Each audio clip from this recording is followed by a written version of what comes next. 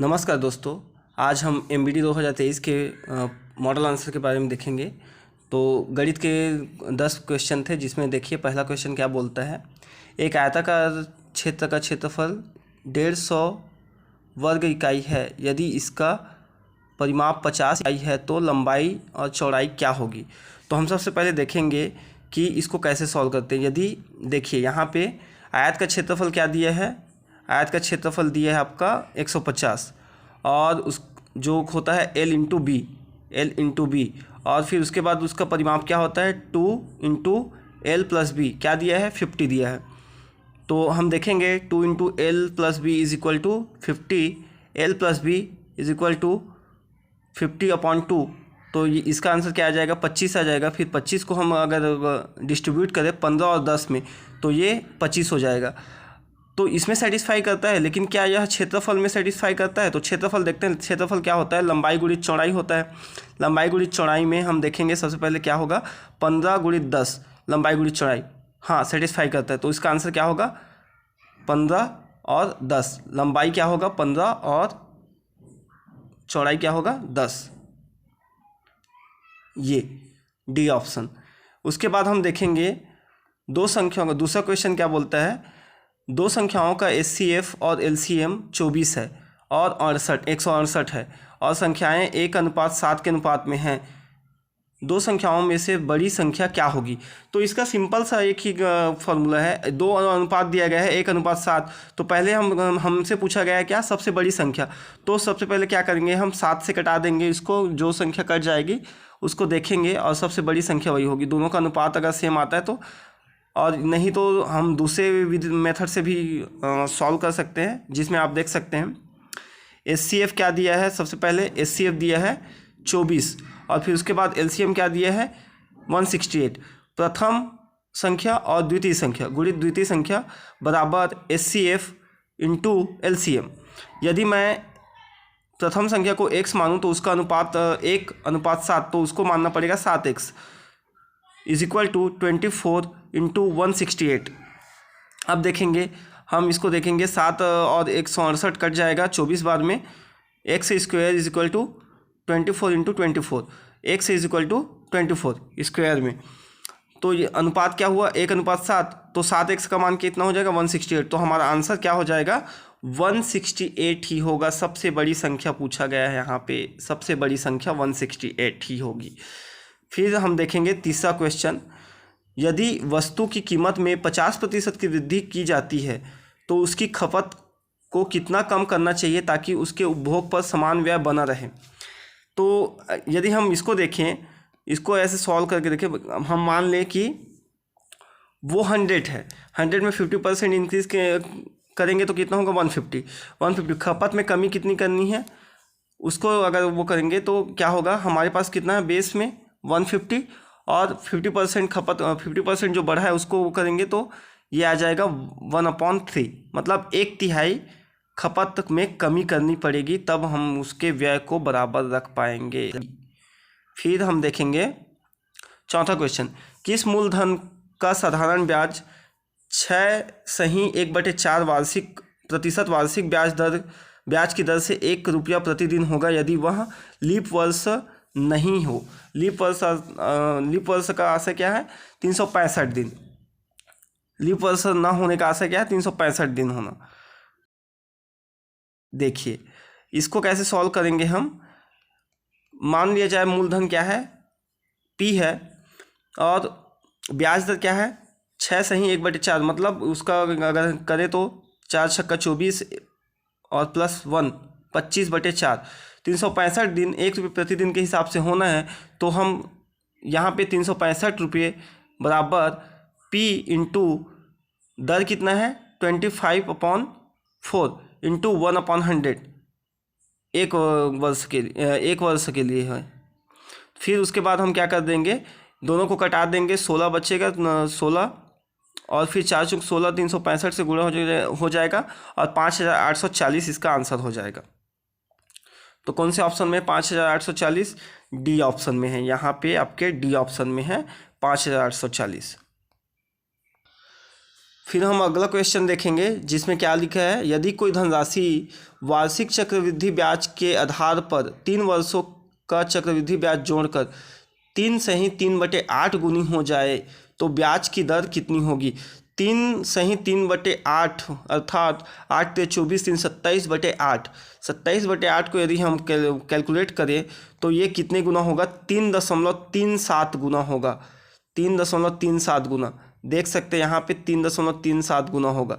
तो अगर हम सिंपल लॉजिक से निकालें इसको तो हम क्या कर सकते हैं, माना कोई धनराशि क्या ले सकते हैं, 100 ले सकते हैं। माना कि धनराशि क्या है, 100 है और ब्याज दर को x ले लेते हैं। समय कितना है, 3 वर्ष के लिए है और कितना गुना होना चाहिए, 3/8 अर्थात 3.375 गुना। तो 100 का 3.375 गुना कितना होगा, 337 रुपये 50। और आपको रिवर्स ऑर्डर में करना पड़ता है। कई बार क्या है क्वेश्चन में जो ऑप्शन दिए रहते हैं उसको लेके चलना पड़ता है। तो हम 50% मान के चल रहे हैं पहले। तो पहले में क्या हुआ, 50 रुपये ब्याज आया, फिर सेकंड में हम उसको जोड़ देंगे और फिर 75 रुपये मतलब 75 रुपये ब्याज आया। और फिर उसके बाद तीसरे वर्ष में क्या आ जाएगा, तीसरे वर्ष में 112.50 पैसे आएगा। फाइनली कितना हुआ, 337 रुपये 50 पैसे। तो इस प्रकार से ये क्या करता है, सेटिस्फाई करता है और इसलिए इसका आंसर क्या हो जाएगा, 50% हो जाएगा, ये 50%। ठीक है, अब चलते हैं नेक्स्ट क्वेश्चन की ओर। नेक्स्ट क्वेश्चन क्या बोलता है, 6वां, 5 वर्ष पहले ए बी सी और डी की औसत आयु 45 वर्ष थी। अब ई के उनके साथ जुड़ने से सभी पाँचों का औसत 49 वर्ष है। ई की आयु कितनी है। तो यहाँ पे इसको सॉल्व करते हैं। चलिए, क्या बोला गया है, ए बी सी डी की औसत आयु 5 वर्ष पहले 45 वर्ष थी। मतलब अगर हम बोले 5 वर्ष पहले इनकी आयु का औसत कितना था, टोटल 45 था। तो एक एक की आयु का हो जाएगी 45, तो टोटल चारों की आयु 180। 5 वर्ष बाद सभी की आयु में क्या होगा, वृद्धि होगा 5 वर्ष का। तो 4 लोग हैं, 5 चौक 20, तो टोटल आयु कितनी हो जाएगी, 200 हो जाएगी। अब 200 हो जाएगी, फिर ई के मिलने पर कितना, 49 वर्ष औसत आयु कितनी हो जाती है, 49 वर्ष। तो 49 वर्ष औसत आयु हो जाती है इनकी।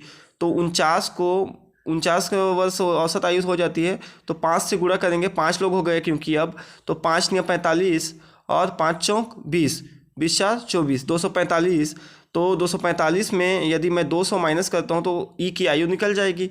तो ये हो गया आपका 45 वर्ष। 45 वर्ष है ई की आयु। तो इस प्रकार से आपका ऑप्शन क्या हो जाएगा, सी हो जाएगा। आपका ऑप्शन सी हो जाएगा, ये सी सही आंसर हो जाएगा। 7वें नंबर का क्वेश्चन क्या बोलता है, वृत्त की परिधि जिसकी त्रिज्या 5 सेंटीमीटर होगी, वृत्त की परिधि जिसकी त्रिज्या 5 सेंटीमीटर होगी, अर्थात यहाँ पे परिधि पूछा गया है। तो परिधि का फॉर्मूला क्या होता है आपका, 2πr होता है। तो हम r का वैल्यू क्या है, यहाँ पे 5 सेंटीमीटर है, रख देंगे। 2 × पाई का वैल्यू क्या होता है, 22/7 × 5। आप देखेंगे 220 हो जाएगा बटे 7। तो हम वो करेंगे, भाग करेंगे तो 31.4 इसका सही आंसर आ जाएगा, 31.4। कौन से ऑप्शन में 31.4, सी हो गया, सी ऑप्शन आपका। फिर उसके बाद हम देखते हैं नेक्स्ट क्वेश्चन, एक समबाहु त्रिभुज की प्रत्येक भुजा पर वर्ग बनाया गया है। ये कुछ नए टाइप का क्वेश्चन है। यदि त्रिभुज की प्रत्येक भुजा 8 सेंटीमीटर हो तो संपूर्ण आकृति का क्षेत्रफल ज्ञात कीजिए। आपको दोनों का कैलकुलेट करना होगा। देखिए कैसे करेंगे। यहाँ पे समबाहु त्रिभुज जिसकी तीनों भुजाएं समान हैं, जिसकी तीनों भुजाएं क्या है, समान है यहाँ पे। अब यहाँ पे तीनों भुजाओं का मान कितना है, 8-8 सेंटीमीटर है। और वहीं से तीनों भुजाओं पर वर्ग बनाया गया है समान माप का, मतलब 8-8 सेंटीमीटर के भुजाओं का वर्ग बनाया गया है। तो हम सबसे पहले क्या करेंगे, आप दोनों में से कोई भी कर सकते हैं, वर्ग का निकाल ले पहले, फिर उसके बाद त्रिभुज का निकाल सकते हैं। देखिए वर्ग का क्षेत्रफल क्या होता है, ए स्क्वायर होता है वर्ग का क्षेत्रफल। तो एक भुजा का मान क्या है, ए 8, तो ए स्क्वायर का मान क्या हो जाएगा, 8 स्क्वायर, 8 × 8 = 64। फिर 3 वर्ग हैं तो 64 गुणित 3 वर्ग है ना टोटल, तीनों भुजाओं पर बना है, तो 64 गुणित 3 करेंगे तो 192 हो जाएगा यहाँ पे, जैसा कि आप देख सकते हैं। फिर उसके बाद हम क्या करेंगे, समबाहु त्रिभुज का फॉर्मूला होता है, आपको पता होगा, √3/4 इंटू भुजा, कोई भी भुजा का स्क्वायर। तो भुजा का स्क्वायर, आपका भुजा का मान क्या है, 8 है, तो 8 × 8 = 64 और √3/4 तो 4 जो 4 रहेगा वो यहाँ पे डिवाइड हो जाएगा, 4 × 4 4 दूनी 8, 8 दूनी 16, 16 बाहर निकल जाएगा और यहाँ पे √3 आ जाएगा। तो 192 + 16 √3 centimetre square is the correct answer. हम जाएंगे अब कहाँ, कौन से में, 8 का सी में है ऑप्शन ये सी, ये आपका करेक्ट आंसर हो जाएगा। फिर उसके बाद हम देखेंगे 9वें नंबर का क्वेश्चन। 9th नंबर का क्वेश्चन क्या बोलता है, यदि किसी वर्ग की परिधि बराबर हो तो उसके क्षेत्रफल का अनुपात क्या होगा। यदि किसी वृत्त एवं वर्ग की परिधि, मतलब वृत्त की परिधि क्या बताया था, 2πr, और वर्ग की परिधि क्या होता है, 4a, ठीक है, बराबर हो तो उनके क्षेत्रफल का अनुपात।